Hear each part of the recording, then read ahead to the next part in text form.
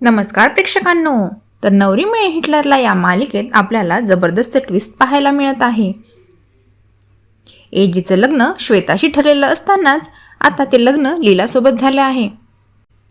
लीलाला नवरीच्या वेशात पाहून सगळेच खूप शॉक होतात आणि सगळे तिला प्रश्न विचारतात की हे तिने काय केलं आहे. लीला सगळ्यांना समजावत असते की हे तिने नाईलाजानं केलं आहे. ती लक्ष्मीला म्हणते की लक्ष्मी मॅडम माझ्यावर विश्वास ठेवा, माझा नाईलाज होता.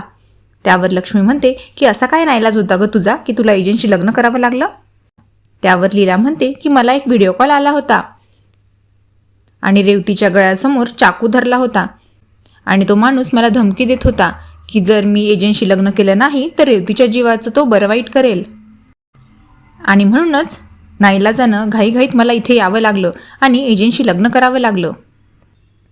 त्यावर आता दुर्गा लीलाला म्हणते की रेवतीचा जीव जर धोक्यात होता तर तू आम्हाला येऊन का नाही सांगितलंस, आम्ही तुला त्यात मदत केली असती. आणि पुढे दुर्गा म्हणते की आता रेवती कुठे आहे. तेवढ्यात तिथं रेवती येते आणि म्हणते की मी इथे आहे. आता रेवतीला सुद्धा माहीत नसतं की तिला कोणीतरी किडनॅप केलं होतं. ती तर म्हणते की मला झोप लागली होती आणि मी आत्ताच उठून आले आहे. तर विक्रांत खूपच स्मार्ट गेम खेळलेला आहे आणि लीला सगळ्यांसमोर खोटी पडलेली आहे.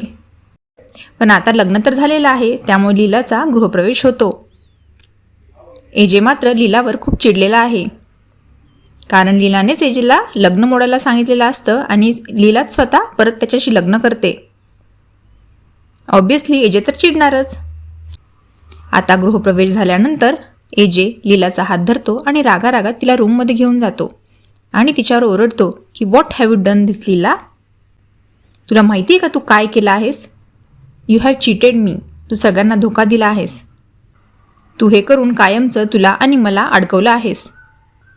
लीला मात्र रडत असते आणि म्हणत असते हे सगळं मी फक्त आणि फक्त रेवूसाठी केलं आहे, तिच्या जीवासाठी केलं आहे. कारण तिच्या जीवाला धोका होता. कोणीतरी मला धमकी दिली होती की जर मी हे लग्न केलं नाही तर रेवतीच्या जीवाचं बरं वाईट होईल आणि म्हणूनच तर मी हे केलं आहे. त्यावर एजे म्हणतो की आता तू उगीच स्टोरी रंगवत आहेस. Can you prove this.